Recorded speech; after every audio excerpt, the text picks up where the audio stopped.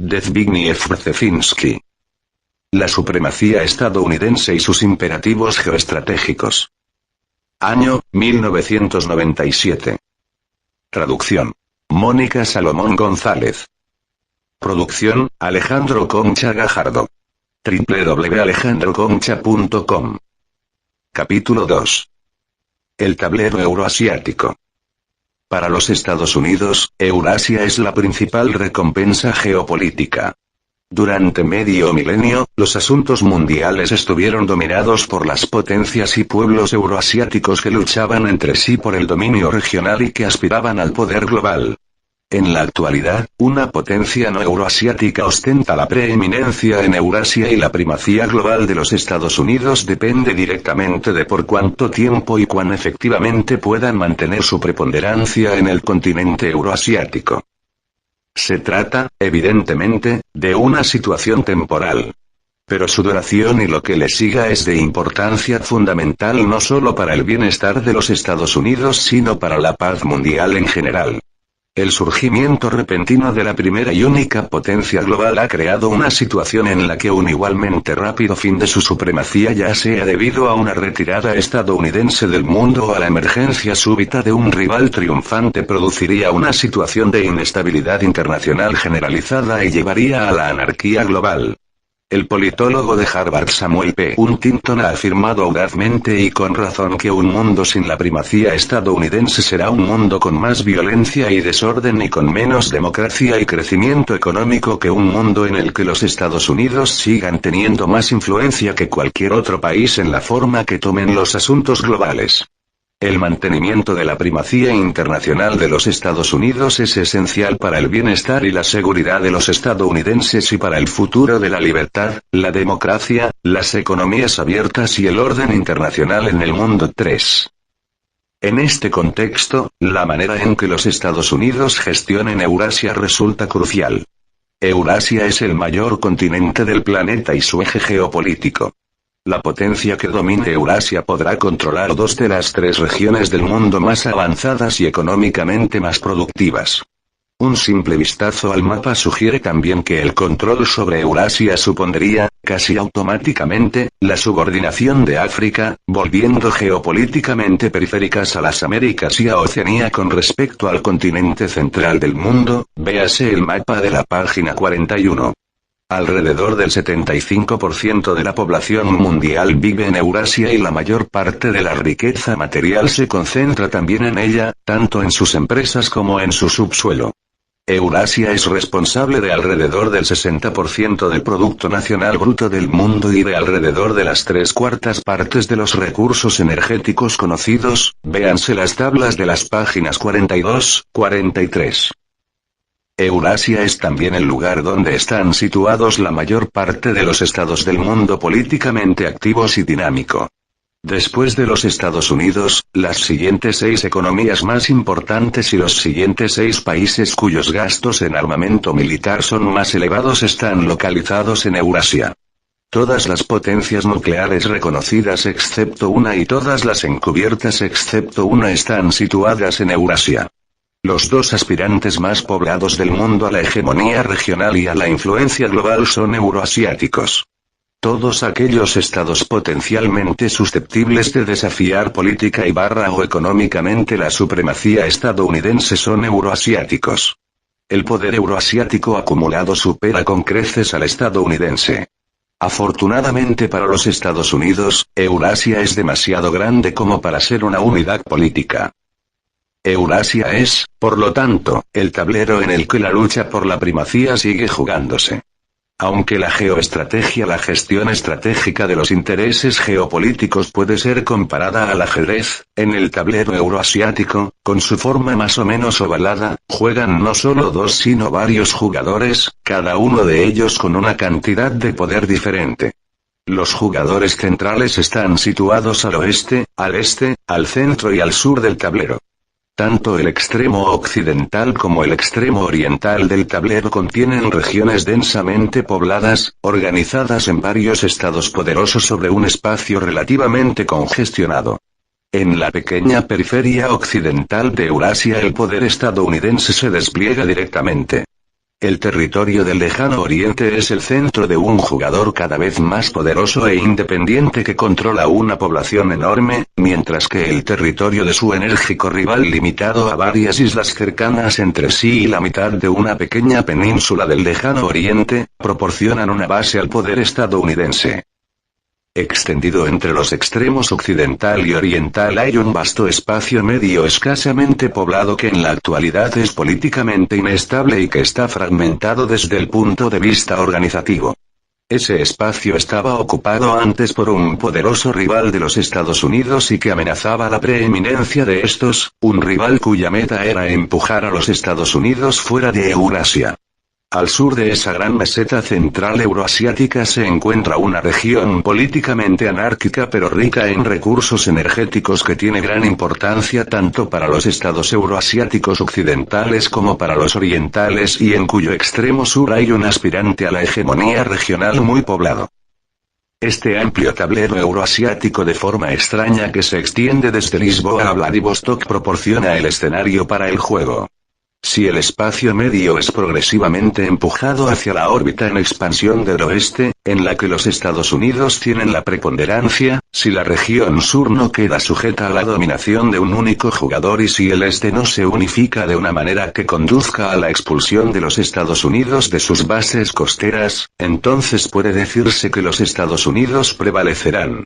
Pero si el espacio medio rechaza a Occidente, se convierte en una única entidad activa y, o bien se hace con el control del sur o establece una alianza con el principal actor oriental, entonces la primacía estadounidense en Eurasia se reduciría considerablemente. Lo mismo ocurriría si los dos principales jugadores orientales se unieran de alguna manera. Por último, el supuesto de que sus socios europeos expulsaran a los Estados Unidos de su base en la periferia occidental pondría fin, automáticamente, a la participación estadounidense en el juego sobre el tablero euroasiático, por más que ello llevaría también, probablemente, a la eventual subordinación del extremo occidental a un jugador revitalizado, que ocuparía el espacio medio. El alcance de la hegemonía global estadounidense es ciertamente importante, pero su profundidad es escasa y está limitada por constricciones tanto domésticas como externas. La hegemonía estadounidense involucra el ejercicio de una influencia decisiva pero, a diferencia de los imperios del pasado, no de un control directo. El propio tamaño y la diversidad de Eurasia, así como el poder de algunos de sus estados, limita la profundidad de la influencia estadounidense y el alcance de su control sobre el curso de los acontecimientos. Este megacontinente es sencillamente demasiado grande, demasiado poblado, demasiado variado en lo cultural y está compuesto de demasiados estados históricamente ambiciosos y políticamente activos como para mostrarse dócil incluso ante la potencia global más próspera y de mayor preeminencia política. Esto otorga un gran valor a la habilidad geoestratégica y a un despliegue cuidadoso, selectivo y muy controlado de los recursos estadounidenses sobre el vasto tablero euroasiático. También es cierto que los Estados Unidos son demasiado democráticos a nivel interno como para ser autocráticos en el exterior. Esto limita el uso del poder estadounidense, especialmente su capacidad de intimidación militar. Nunca antes una democracia populista había alcanzado la supremacía internacional. Pero la persecución del poder no es una meta que despierte las pasiones populares, salvo en el caso de que, de pronto, el bienestar doméstico se vea amenazado.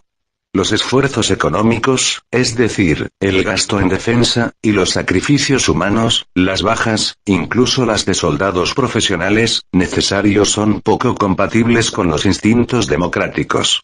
La democracia es contraria a la movilización imperial. Además, la mayor parte de los estadounidenses no obtienen ninguna satisfacción especial de la nueva condición de su país de única superpotencia global. El triunfalismo político vinculado a la victoria estadounidense en la Guerra Fría ha sido recibido en general con frialdad y ha sido objeto de mofa por parte de los comentaristas de más amplias miras. De hecho, dos puntos de vista bastante divergentes sobre las implicaciones para los Estados Unidos de su éxito histórico en la competición con la ex Unión Soviética han resultado políticamente más atractivos. Por un lado, la opinión de que el fin de la Guerra Fría justifica una reducción significativa del compromiso global estadounidense, sin que importen las consecuencias que de ello se derive para la posición de los Estados Unidos en el mundo. Por otro, hay quien considera que ha llegado el momento de establecer un mecanismo internacional genuinamente multilateral al que los Estados Unidos deberían incluso ceder parte de su soberanía. Ambos puntos de vista cuentan con sendos apoyos electorales.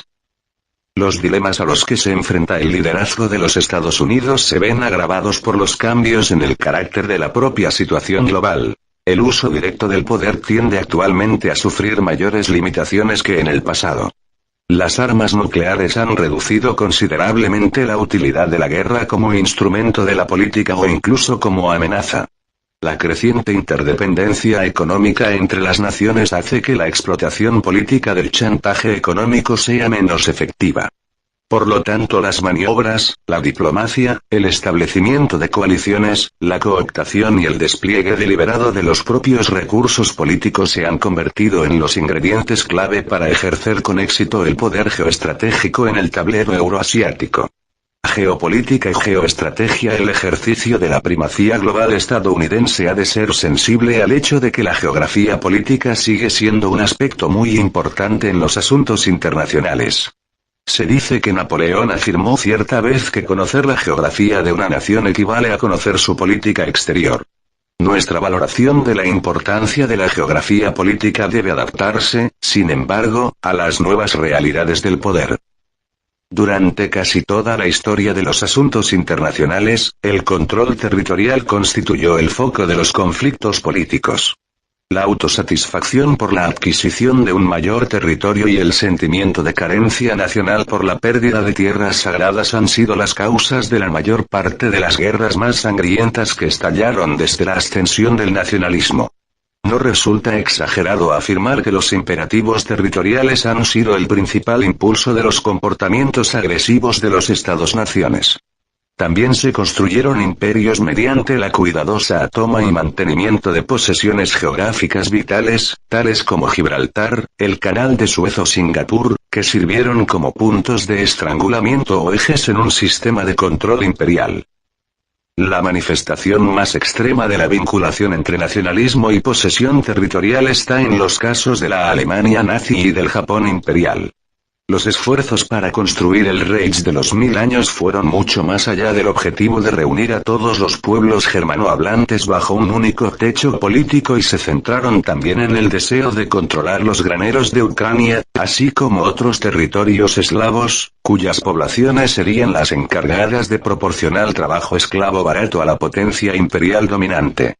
De manera similar, los japoneses estaban convencidos de que la posesión territorial de Manchuria, y más tarde del importante productor de petróleo que eran las Indias Orientales holandesas, era esencial para cumplir con la meta japonesa de aumentar el poder nacional y el estatus global.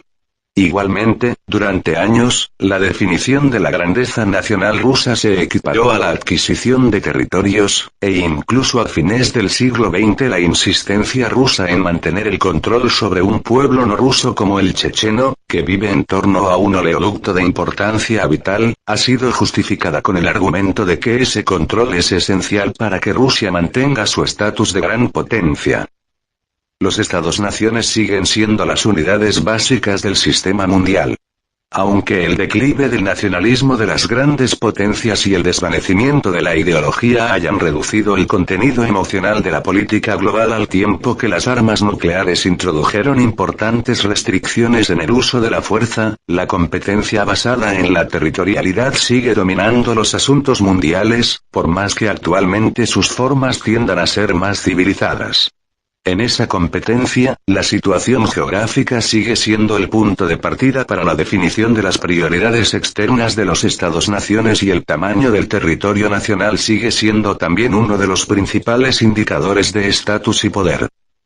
Sin embargo, para la mayor parte de los Estados-naciones, la importancia del tema de la posesión territorial ha disminuido. Aunque las disputas territoriales siguen siendo importantes en la configuración de la política exterior de algunos estados, están más relacionadas con temas como los resentimientos causados por la negación de autodeterminación a los hermanos étnicos cuyos derechos a unirse a la madre patria se consideran violentados, o las quejas sobre supuestos malos tratos a las minorías étnicas por parte de algún país vecino que a una búsqueda de un estatus nacional superior mediante la ampliación territorial.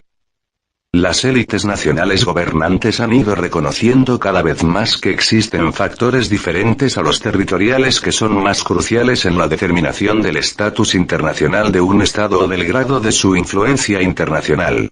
La habilidad económica y su traducción en innovación tecnológica pueden ser también criterios clave en la determinación del poder. Japón es el máximo ejemplo de ello. No obstante, la situación geográfica tiende aún a determinar las prioridades inmediatas de un Estado, y cuanto mayor sea su poder militar, económico y político, mayor será el radio, más allá del territorio de sus vecinos inmediatos, de los intereses geopolíticos vitales, de la influencia y de la participación de ese Estado. Hasta hace poco, los principales analistas de la geopolítica debatían si el poder terrestre era más significativo que el poder marítimo y qué región específica de Eurasia es vital para obtener el control sobre todo el continente.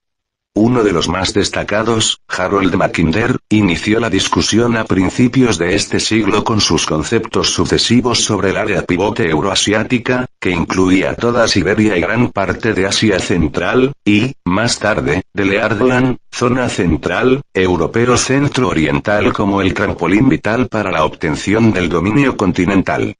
Mackinder popularizó su concepto de Eardland a través de una célebre máxima. Quien gobierne Europa Central dominará el Eardland. Quien gobierne el Eardland dominará la isla mundial. Quien gobierne la isla mundial dominará el mundo. Algunos de los principales geógrafos políticos alemanes recurrieron también a la geopolítica para justificar el gran Nachostem de su país, especialmente mediante la adaptación, realizada por Karl Haushofer, de las concepciones de Mackinder a las necesidades estratégicas de Alemania. Un eco muy vulgarizado de las mismas se pudo oír también en el hincapié que hizo Adolf Hitler en la necesidad de un Lebensraum para el pueblo alemán. Otros pensadores europeos de la primera mitad de este siglo predijeron un desplazamiento hacia el este del centro de gravedad geopolítica, afirmando que la región del Pacífico y, en concreto, los Estados Unidos y Japón se convertirían en los posibles herederos del declinante dominio europeo. Para impedir ese desplazamiento, el geógrafo político Paul de Mageon, así como otros geopolíticos franceses, abogaron por una mayor unidad entre los estados europeos incluso antes de la Segunda Guerra Mundial. En la actualidad, la principal cuestión geopolítica ya no es la de qué parte de la geografía de Eurasia es el punto de partida para el dominio continental, ni tampoco la cuestión de si el poder terrestre es más significativo que el poder marítimo. La geopolítica se ha desplazado desde la dimensión regional a la global, considerando que la preponderancia sobre todo el continente euroasiático es la base central de la primacía global. Los Estados Unidos, una potencia no euroasiática, disfrutan actualmente de la primacía internacional, y su poder se despliega directamente sobre tres de las periferias del continente euroasiático, a partir de las cuales ejerce una poderosa influencia sobre los estados que ocupan el hinterland euroasiático. Pero en el campo de juego más importante del planeta Eurasia es donde podría surgir, en un momento dado, un rival potencial de los Estados Unidos. Por lo tanto, el punto de partida para la formulación de la geoestrategia estadounidense para la gestión a largo plazo de los intereses geopolíticos estadounidenses en Eurasia debe centrarse en los jugadores clave y en una adecuada evaluación del terreno. Para ello es necesario dar dos pasos básicos. Primero, identificar a los estados euroasiáticos geoestratégicamente dinámicos que tienen la capacidad de causar un desplazamiento potencialmente importante en la distribución internacional del poder y descifrar las metas externas centrales de sus respectivas élites políticas, así como las consecuencias probables de sus intentos de alcanzarlas. y localizar a los estados euroasiáticos clave desde el punto de vista geopolítico cuya situación o existencia tenga efectos catalíticos bien en los jugadores geoestratégicos más activos, bien en las condiciones regionales. Segundo, formular políticas específicas estadounidenses para desviar, cooptar o controlar a esos estados, para preservar y promover los intereses vitales estadounidenses, y conceptualizar una geoestrategia más extensa que establezca a escala global la interconexión entre las políticas estadounidenses más específicas. En pocas palabras, la geoestrategia euroasiática de los Estados Unidos debe incluir un control resuelto de los estados dinámicos desde el punto de vista geoestratégico y una cuidadosa gestión de los estados catalíticos desde el punto de vista geopolítico, de acuerdo con los intereses gemelos de los Estados Unidos de preservar a corto plazo su poder global único y transformarlo a largo plazo en una cooperación global cada vez más institucionalizada. Para usar una terminología propia de la era más brutal de los antiguos imperios, los tres grandes imperativos de la geoestrategia imperial son los de impedir choques entre los vasallos y mantener su dependencia en términos de seguridad, mantener a los tributarios obedientes y protegidos e impedir la unión de los bárbaros. Jugadores geoestratégicos y pivotes geopolíticos. Los jugadores geoestratégicos activos son los estados con capacidad y voluntad nacional de ejercer poder o influencia más allá de sus fronteras para alterar en una medida capaz de afectar a los intereses estadounidenses el estado actual de las cuestiones geopolíticas. Estos estados tienen el potencial o la predisposición para actuar con volubilidad en el terreno geopolítico. Por alguna razón la búsqueda de grandeza nacional, el cumplimiento de ciertos objetivos ideológicos, el mesianismo político o el engrandecimiento económico. Algunos estados intentan alcanzar una posición de dominio regional o de importancia global. Son empujados por motivaciones profundamente arraigadas y complejas, muy bien explicadas por esta frase de Robert Browning. Y las aspiraciones de un hombre deberían superar sus posibilidades, o para que haya un paraíso. Así, pues, estos estados evalúan cuidadosamente el poder estadounidense, determinan la medida en la que sus intereses se solapan o colisionan con los de Estados Unidos y dan forma a sus propios y más limitados objetivos euroasiáticos, a veces en connivencia pero otras veces en conflicto con las políticas estadounidenses. Los Estados Unidos deben prestar una atención especial a los estados euroasiáticos movidos por este tipo de motivaciones. Los pivotes geopolíticos son los estados cuya importancia se deriva no de su poder y de sus motivaciones sino más bien de su situación geográfica sensible y de las consecuencias que su condición de potencial vulnerabilidad provoca en el comportamiento de los jugadores geoestratégicos. Muy a menudo, los pivotes geopolíticos están determinados por su geografía, que en algunos casos les da un papel especial, ya sea el de definir las condiciones de acceso de un jugador significativo a áreas importantes o el de negarle ciertos recursos.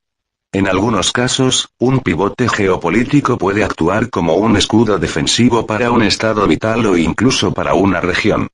Algunas veces, puede decirse que la propia existencia de un pivote geopolítico tiene consecuencias políticas y culturales muy significativas para un jugador geoestratégico vecino más activo.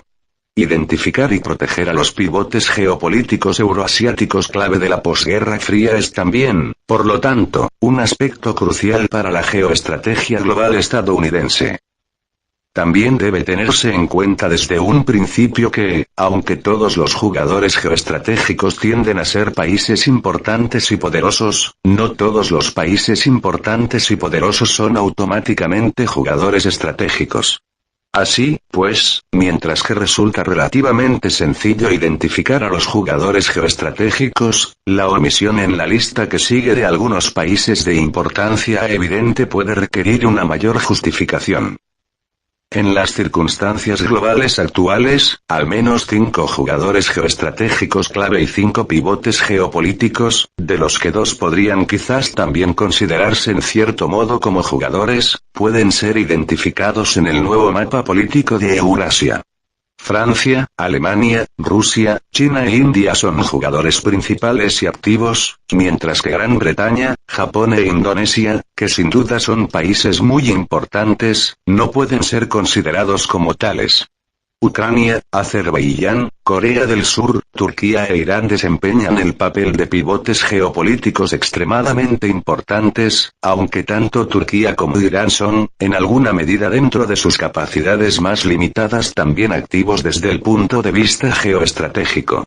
En los capítulos siguientes se dirá más sobre cada uno de ellos. Por el momento, basta decir que, en el extremo occidental de Eurasia, los jugadores geoestratégicos clave y dinámicos son Francia y Alemania. Ambos comparten el objetivo de una Europa unida, aunque difieren acerca de cómo y en qué medida esa Europa debería permanecer vinculada a los Estados Unidos. Pero ambos quieren dar forma a un proyecto nuevo y ambicioso en Europa, alterando, por lo tanto, el statu quo. Francia, en particular, tiene su propia concepción geoestratégica de Europa, una concepción que difiere, en algunos aspectos significativos, de la de Estados Unidos, y está dispuesta a emprender maniobras tácticas con el fin de poner a Rusia contra Estados Unidos y a Gran Bretaña contra Alemania, sin dejar de apoyarse en la alianza franco-alemana para compensar su propia debilidad relativa. Además, tanto Francia como Alemania son lo suficientemente poderosas y activas como para ejercer influencia dentro de un radio regional más amplio. Francia no solo busca un papel político central en una Europa unificada, sino que también se considera como el núcleo de un grupo de estados mediterráneos y norteafricanos que comparten intereses comunes. Alemania es cada vez más consciente de su estatus especial de Estado más importante de Europa, en tanto que locomotora económica del área y líder emergente de la Unión Europea, UE. Alemania siente que tiene una responsabilidad especial para con la recientemente emancipada Europa Central, de una manera que recuerda vagamente las viejas nociones de una Mitteleuropa liderada por Alemania. Además, tanto Francia como Alemania se consideran a sí mismas con derecho a representar los intereses europeos en los tratos con Rusia, y Alemania tiene incluso, a causa de su situación geográfica al menos en teoría, la importante posibilidad de llegar a un acuerdo bilateral especial con Rusia. En cambio, Gran Bretaña no es un jugador geoestratégico. Sus alternativas principales son menos numerosas, no tiene una visión ambiciosa del futuro de Europa y su declive relativo ha reducido también su capacidad de desempeñar el papel tradicional de fiel de la balanza europeo.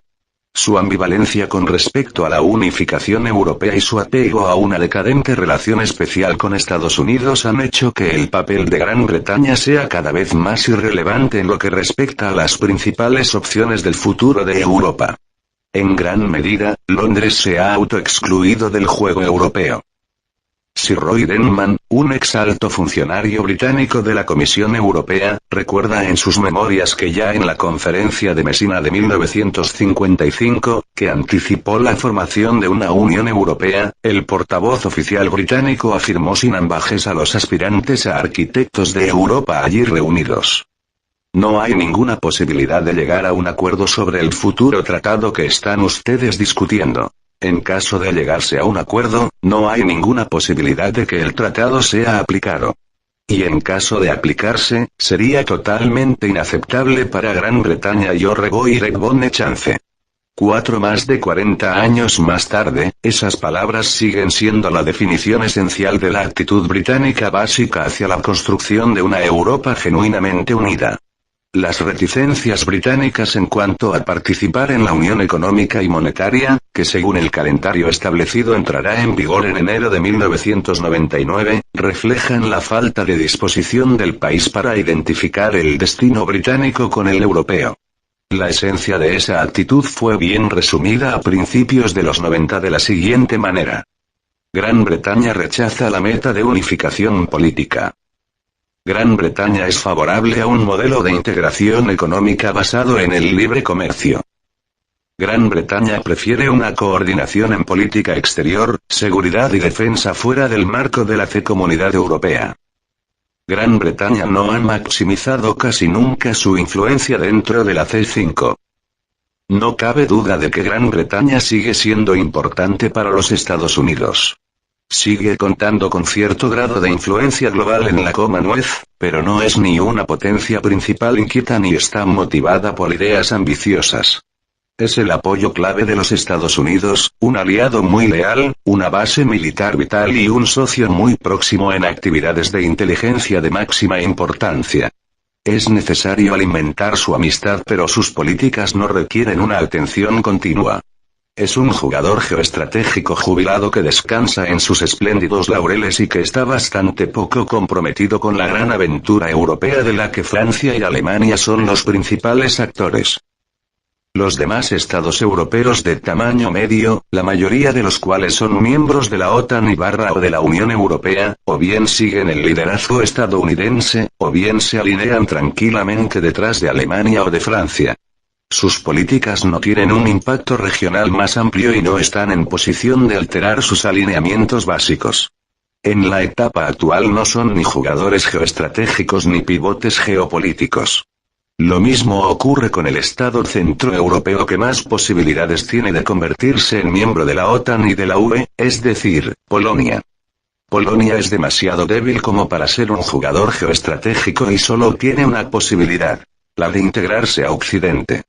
Además, la desaparición del viejo imperio ruso y los profundos vínculos de Polonia con la Alianza Atlántica y con la Europa emergente le proporcionan una seguridad cada vez mayor y sin precedentes, al tiempo que limitan sus opciones estratégicas. No hace falta decir que Rusia sigue siendo uno de los principales jugadores estratégicos, pese al estado de debilidad en que se encuentra y a una situación de malestar que probablemente se prolongará. Su propia presencia ejerce un impacto enorme sobre los estados recientemente independizados dentro del vasto espacio euroasiático de la ex Unión Soviética. Mantiene unos objetivos geopolíticos ambiciosos y los proclama cada vez más abiertamente. Una vez que recupere sus fuerzas, también ejercerá un impacto significativo sobre sus vecinos occidentales y orientales. Además, Rusia no ha hecho aún su elección geoestratégica fundamental en lo referente a su relación con los Estados Unidos. ¿Es amiga o enemiga?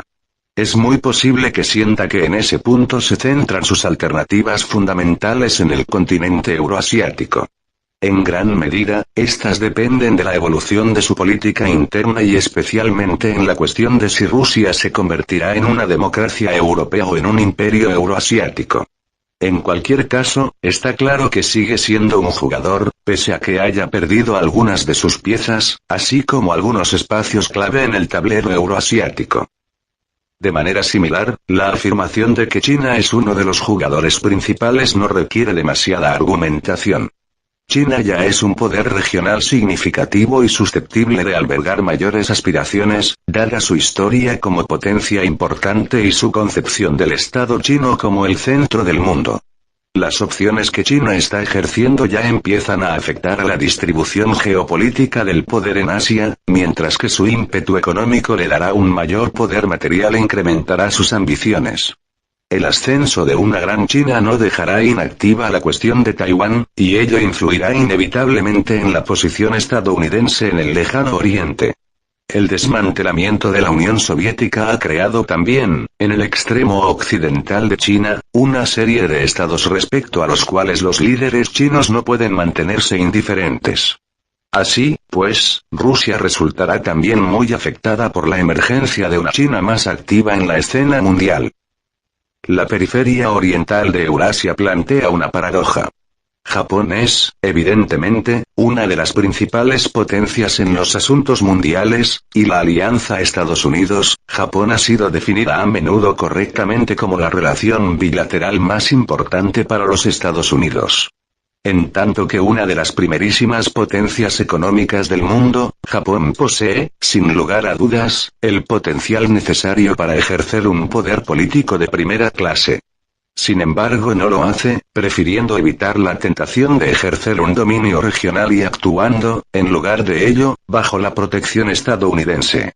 Igual que Gran Bretaña en el caso de Europa, Japón prefiere no comprometerse en la política del continente asiático, aunque en parte esto se explica por la persistente hostilidad de muchos países asiáticos hacia un eventual intento japonés de ejercer un papel político regional preeminente.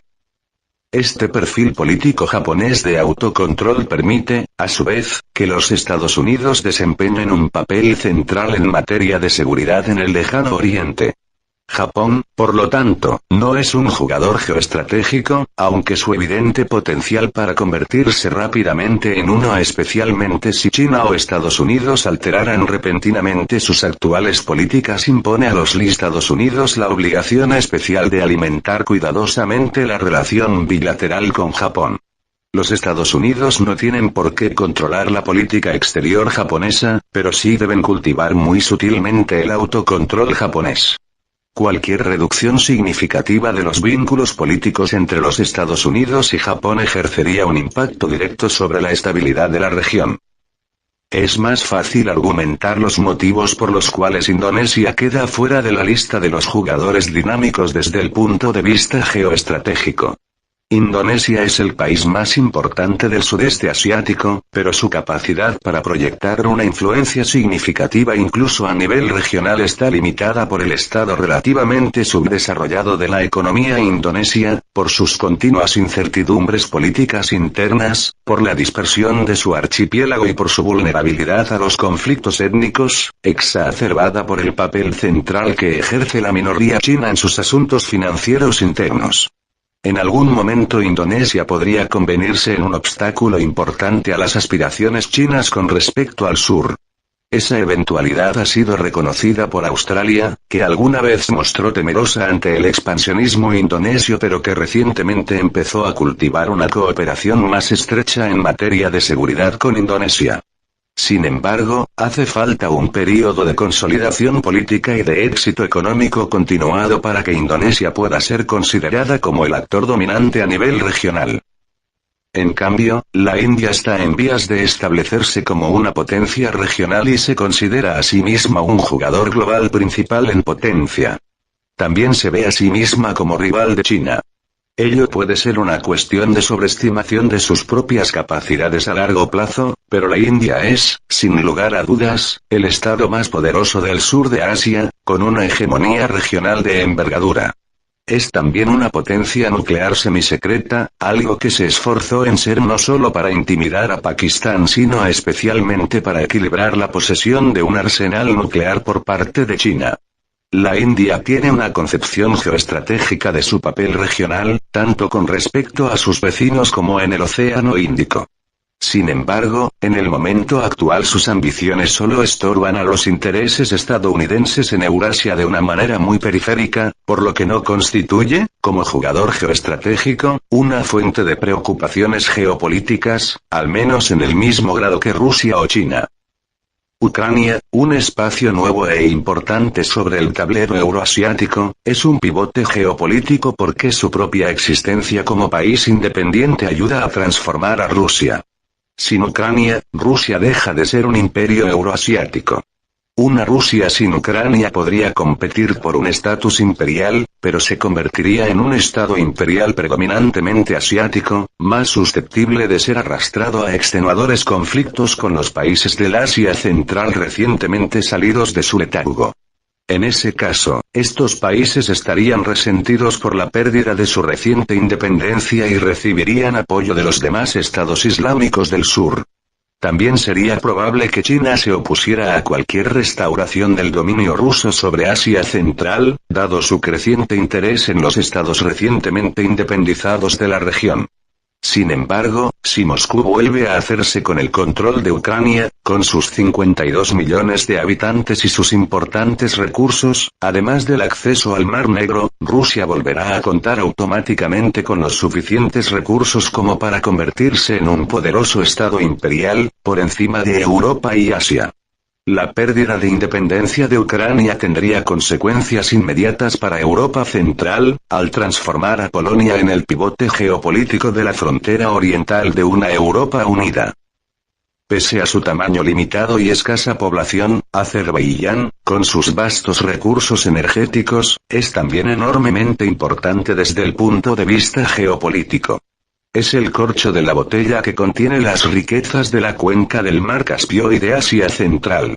La independencia de los estados de Asia Central puede carecer casi por completo el sentido si Azerbaiyán queda completamente subordinado al control de Moscú.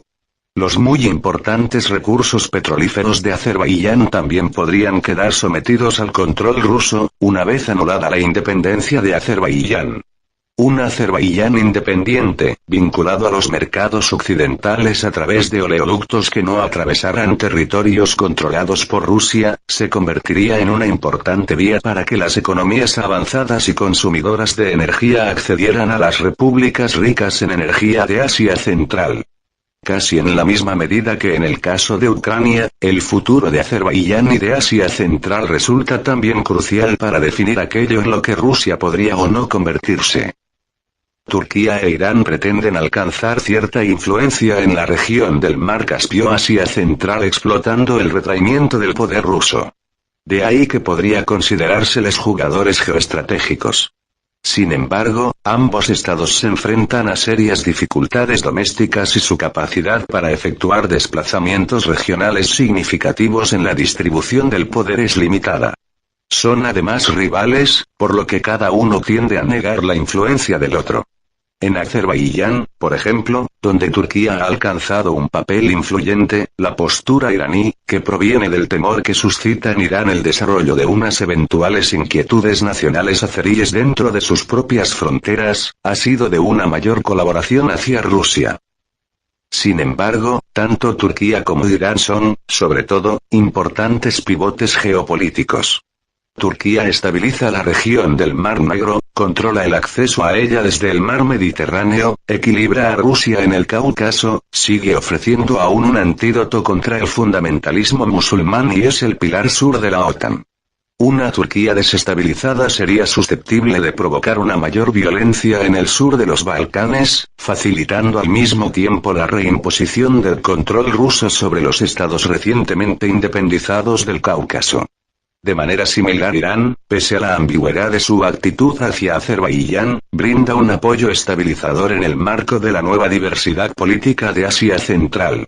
Irán domina la costa oriental del Golfo Pérsico, al tiempo que su independencia constituye una barrera contra cualquier amenaza rusa a largo plazo contra los intereses estadounidenses en la región del Golfo Pérsico, pese a la actual hostilidad iraní hacia los Estados Unidos. Por último, Corea del Sur es un pivote geopolítico del Lejano Oriente. Sus estrechos vínculos con los Estados Unidos permiten a estos proteger a Japón y, por lo tanto, impedir que se convierta en una gran potencia militar sin necesidad de una abrumadora presencia estadounidense en el propio Japón. Cualquier cambio significativo en la situación de Corea del Sur, ya sea mediante la unificación o mediante un desplazamiento hacia una esfera de influencia china en expansión, alteraría necesariamente de manera crucial el papel de los Estados Unidos en el Lejano Oriente, modificando por lo tanto también el de Japón. Además, el creciente poder económico de Corea del Sur la convierte en un espacio más importante por derecho propio, por lo que controlarla es cada vez más vital. Esta lista de jugadores geoestratégicos y pivotes geopolíticos no es ni permanente ni fija. En el futuro, algunos estados podrían añadirse o excluirse de ella. Es muy cierto que existen argumentos a favor de la incorporación a la lista de Taiwán o Tailandia o Pakistán, o quizás Kazajistán o Uzbekistán, en la categoría de pivotes geopolíticos. Sin embargo, en el momento actual no puede afirmarse de manera decisiva que ninguno de ellos lo sea. Aunque un cambio en el estatus de cualquiera de ellos daría lugar a acontecimientos significativos y provocaría algunos desplazamientos en la distribución del poder, es dudoso que las consecuencias catalíticas de ellos fuesen de largo alcance. La única excepción podría ser la de la cuestión de Taiwán, si se la considera independientemente de China. Incluso así, esa cuestión se suscitaría solo si China usara la fuerza en una medida importante para conquistar la isla, desafiando con éxito a los Estados Unidos y por lo tanto amenazando la credibilidad política general de los Estados Unidos en el Lejano Oriente. Las probabilidades de que algo así suceda parecen bajas, pero es algo que debe tenerse en cuenta en el momento de elaborar la política estadounidense hacia China. Opciones fundamentales y retos potenciales. La identificación de los jugadores centrales y de los pivotes clave ayuda a definir los grandes dilemas políticos de los Estados Unidos y a anticipar los principales desafíos en el supercontinente euroasiático. Estos pueden resumirse, antes de proceder a una discusión más extensa en los próximos capítulos, en 5 grandes temas. ¿Qué clase de Europa deberían preferir y por lo tanto promover los Estados Unidos? ¿Qué tipo de Rusia interesa a los Estados Unidos? ¿Cómo y en qué medida pueden actuar los Estados Unidos al respecto? ¿Cuáles son las perspectivas de que en Asia Central surjan unos nuevos Balcanes y qué deberían hacer los Estados Unidos para minimizar los riesgos resultantes? ¿Hacia qué papel en el lejano Oriente debe impulsarse a China? ¿Cuáles serían las implicaciones de ello, no solo para los Estados Unidos sino también para Japón? ¿Qué nuevas coaliciones euroasiáticas que podrían resultar muy peligrosas para los intereses estadounidenses podrían surgir? ¿Qué debe hacerse para impedir su formación? Los Estados Unidos siempre han asegurado su fidelidad a la causa de una Europa unida. Desde los tiempos de la administración Kennedy se ha defendido siempre una asociación igualitaria. De manera coherente con ello, Washington ha proclamado oficialmente su deseo de que Europa se convierta en una entidad única y lo suficientemente poderosa como para compartir con Estados Unidos tanto las responsabilidades como las cargas del liderazgo global. Esa ha sido la retórica oficial sobre el tema. Pero en la práctica, los Estados Unidos han sido menos claros y menos coherentes. ¿Realmente desea Washington una Europa que sea un socio igualitario en los asuntos mundiales o prefiere una alianza desigual? Por ejemplo, ¿están los Estados Unidos dispuestos a compartir el liderazgo con Europa en Oriente Próximo, una región que no solo está mucho más cerca en términos geográficos de Europa que de Estados Unidos, sino que es también una región en la que varios estados europeos tienen antiguos intereses? La cuestión de Israel viene a la mente al instante. Las diferencias entre los Estados Unidos y Europa sobre Irán e Irak también han sido tratadas por los Estados Unidos no como un tema entre iguales sino como un problema de insubordinación. La ambigüedad del grado de apoyo estadounidense a la unidad europea también se extiende a la cuestión de cómo ha de ser definida la unidad europea, y especialmente a la de qué país debería asumir el liderazgo de una Europa unida, si es que alguno debiera hacerlo. Washington no ha intentado evitar que Londres mantenga una postura contraria a la integración europea, aunque ha demostrado tener una clara preferencia por el liderazgo alemán más que por el francés de Europa. Ello es comprensible, dadas las tradicionales arremetidas de la política francesa, pero esa preferencia ha tenido también el efecto de fomentar la aparición ocasional de una alianza táctica franco-británica para frustrar los planes de Alemania, así como un periódico coqueteo francés con Moscú para debilitar a la coalición entre los Estados Unidos y Alemania.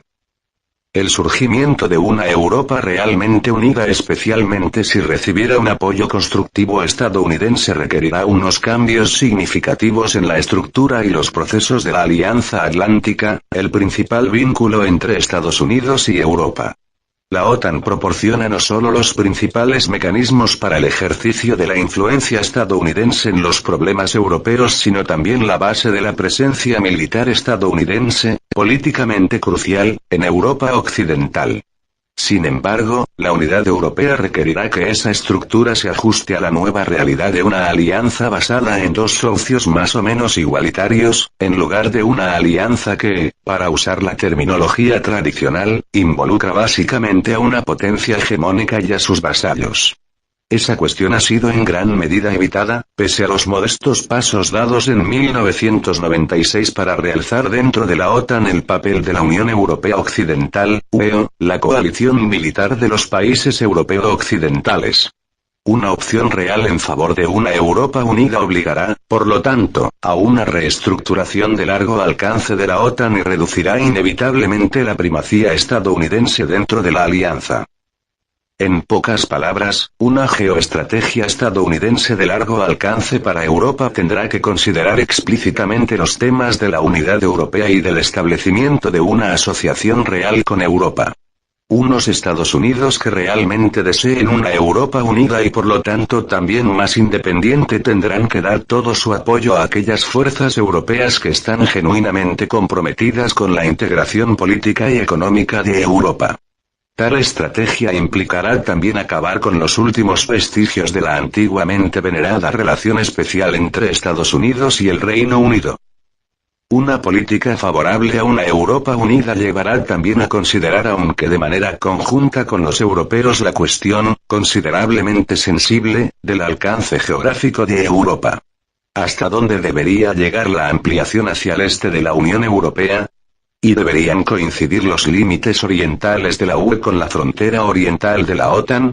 Lo primero es más una cuestión que debe decidirse a nivel europeo, pero una decisión europea sobre ese tema tendrá implicaciones directas sobre una decisión de la OTAN.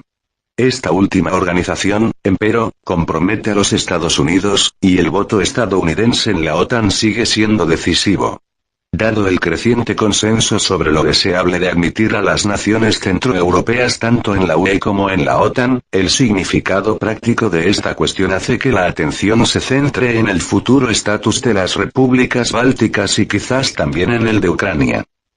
Existe, por lo tanto, un importante solapamiento entre el dilema europeo que se acaba de discutir y el segundo, que implica a Rusia. Resulta sencillo responder a la pregunta sobre el futuro de Rusia expresando una preferencia por una Rusia democrática y estrechamente vinculada a Europa. Presumiblemente, una Rusia democrática sería más favorable a los valores compartidos por Estados Unidos y Europa y, por lo tanto, sería más factible que se convirtiera en un socio menor en la empresa de dar forma a una Eurasia más estable y cooperativa. Pero las ambiciones de Rusia pueden ir más allá de la obtención de reconocimiento y respeto como democracia. Dentro del establishment de la política exterior rusa, compuesto en gran medida por exfuncionarios soviéticos, sigue existiendo un deseo profundamente arraigado de que Rusia ostente un papel especial en Eurasia, un papel que entrañaría, consecuentemente, la subordinación a Moscú de los estados postsoviéticos recientemente independizados. En ese contexto, incluso una política occidental amigable es percibida por algunos influyentes miembros de la comunidad de decisores políticos rusos como diseñada para negar a Rusia sus legítimas pretensiones de obtener un estatus global. Como sostienen dos geopolíticos rusos. Los Estados Unidos y los países de la OTAN de una manera firme y consistente, aunque tratando de no herir, en la medida de lo posible, la autoestima rusa están destruyendo las bases geopolíticas que podrían permitir, al menos en teoría, que Rusia aspirara a adquirir el estatus de segunda potencia en política mundial que tenía la Unión Soviética. Asimismo, los Estados Unidos estarían llevando a cabo una política en la que la nueva organización del espacio europeo que está siendo ideada por Occidente está, en esencia, construida a partir de la idea de apoyar, en esta parte del mundo, a estados nacionales nuevos, relativamente pequeños y débiles, mediante su acercamiento más o menos estrecho a la OTAN, la CE, etc. 6. Estas citas definen bien aunque con cierta animosidad el dilema al que los Estados Unidos se enfrentan. ¿En qué medida debería ayudarse económicamente a Rusia, algo que inevitablemente reforzaría a esta en lo político y en lo militar, y en qué medida debería asistirse simultáneamente a los estados recientemente independizados en la defensa y la consolidación de su independencia? ¿Podría Rusia ser poderosa y democrática al mismo tiempo? Si vuelve a ser poderosa, ¿no intentará recuperar su perdido dominio imperial? Y, en ese caso, ¿podría ser un imperio y una democracia al mismo tiempo? La política estadounidense hacia los pivotes geopolíticos vitales de Ucrania y Azerbaiyán no puede obviar esa cuestión, y por lo tanto los Estados Unidos se enfrentan a un difícil dilema que tiene que ver con el equilibrio táctico y los objetivos estratégicos. La recuperación interna de Rusia es esencial para su democratización y para su eventual europeización. Pero cualquier recuperación del potencial imperial ruso podría actuar contra esos dos objetivos. Además, podrían desarrollarse diferencias sobre esa cuestión entre los Estados Unidos y algunos estados europeos, especialmente a medida que la UE y la OTAN se amplíen. ¿Debería considerarse a Rusia como candidata a una eventual participación en alguna de esas estructuras? ¿Y qué hay de Ucrania? Los costes de la exclusión de Rusia podrían resultar altos al introducir una profecía que se autoejecutara en la opinión rusa, pero los resultados de la disolución de la UE o de la OTAN podrían ser también bastante desestabilizadores. Otra gran incertidumbre se cierne sobre el espacio vasto y geopolíticamente fluido de Eurasia Central, maximizado por la potencial vulnerabilidad de los pivotes turco e iraní. En el área demarcada por el mapa de la página siguiente, que va desde Crimea en el Mar Negro directamente hacia el este a lo largo de las nuevas fronteras del sur de Rusia hasta llegar a la provincia china de Xinjiang, bajando luego hacia el Océano Índico y hasta el Mar Rojo al oeste, luego al norte hacia el Mediterráneo Oriental y de nuevo hasta Crimea, viven alrededor de 400 millones de personas, localizadas en unos 25 estados, casi todos heterogéneos desde el punto de vista étnico y religioso y casi ninguno políticamente estable. Algunos de estos estados pueden estar encaminados a la adquisición de armas nucleares. Esta vasta región, desgarrada por odios violentos y rodeada de vecinos poderosos que compiten entre sí, es susceptible de convertirse en un importante campo de batalla, tanto de guerras entre estados-naciones como lo que es más probable de una prolongada violencia étnica y religiosa. El hecho de que la India actúe como un elemento de moderación o de que aproveche alguna oportunidad para imponer su voluntad a Pakistán afectará mucho al alcance regional de los probables conflictos. Las presiones internas dentro de Turquía y de Irán no solo tienen probabilidades de empeorar sino que reducirán mucho el papel estabilizador que esos estados son capaces de desempeñar en esta volcánica región. Estos acontecimientos, a su vez, harán más difícil la asimilación de los nuevos estados de Asia Central a la comunidad internacional, mientras que también afectarán negativamente a la seguridad dominada por los Estados Unidos de la región del Golfo Pérsico. En cualquier caso, tanto los Estados Unidos como la comunidad internacional se enfrentarán aquí a un desafío mucho mayor que el de la reciente crisis en la antigua Yugoslavia. Un posible desafío a la primacía estadounidense por parte del fundamentalismo islámico podría formar parte de los problemas de esta inestable región. Mediante la explotación de la hostilidad religiosa al American Way of Life y aprovechando el conflicto árabe-israelí, el fundamentalismo islámico podría socavar a varios gobiernos pro-occidentales de Oriente Medio y llegar a amenazar los intereses regionales estadounidenses, especialmente en el Golfo Pérsico. Sin embargo, sin una cohesión política y en ausencia de un único Estado islámico verdaderamente poderoso, una amenaza proveniente del fundamentalismo islámico carecería de un núcleo geopolítico y sería por lo tanto más susceptible de expresarse a través de una violencia difusa. Una cuestión geoestratégica de importancia crucial es la que plantea la emergencia de China como gran potencia. El resultado más atractivo sería el de la cooptación de una China democrática y con libre mercado en un marco asiático de cooperación regional. Pero supongamos que China no se democratiza aunque continúa creciendo en términos de poder económico y militar. Puede que esté emergiendo una gran China, sean cuales sean los deseos y los cálculos de sus vecinos, y que cualquier esfuerzo para impedirlo lleve a un conflicto cada vez más intenso con este país. Semejante conflicto podría hacer más tensas las relaciones entre Estados Unidos y Japón porque no es nada seguro que Japón aceptase seguir el liderazgo estadounidense en la contención de China y por ende tendría consecuencias potencialmente revolucionarias en la definición de Tokio del papel regional de Japón, lo que podría conducir incluso al fin de la presencia estadounidense en el lejano oriente.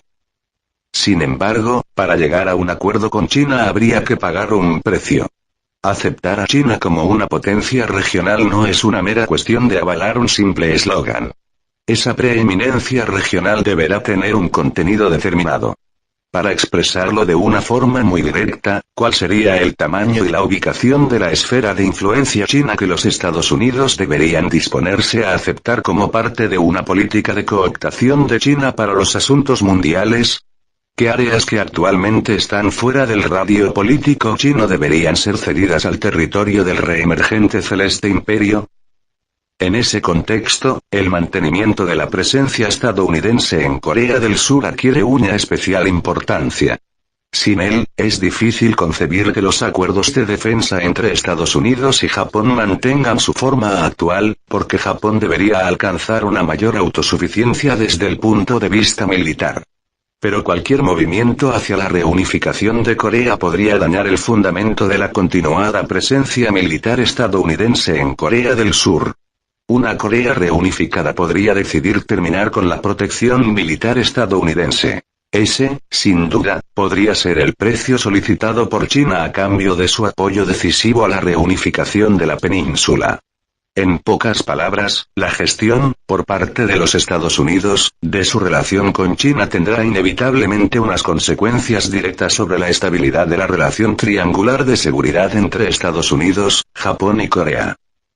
Por último, deberían también señalarse brevemente algunas de las posibles contingencias relacionadas con los futuros alineamientos políticos, tema de una discusión más profunda en los capítulos pertinentes.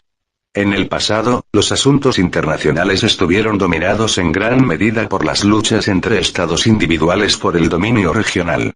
De ahora en adelante, los Estados Unidos podrían tener que decidir cómo arreglárselas con las coaliciones regionales que intenten empujarlos fuera de Eurasia, amenazando con ello el estatus de los Estados Unidos como potencia global. Sin embargo, el surgimiento o no de coaliciones que desafíen la primacía estadounidense dependerá, en una medida muy importante, de cuán efectivamente respondan los Estados Unidos a los principales dilemas identificados aquí.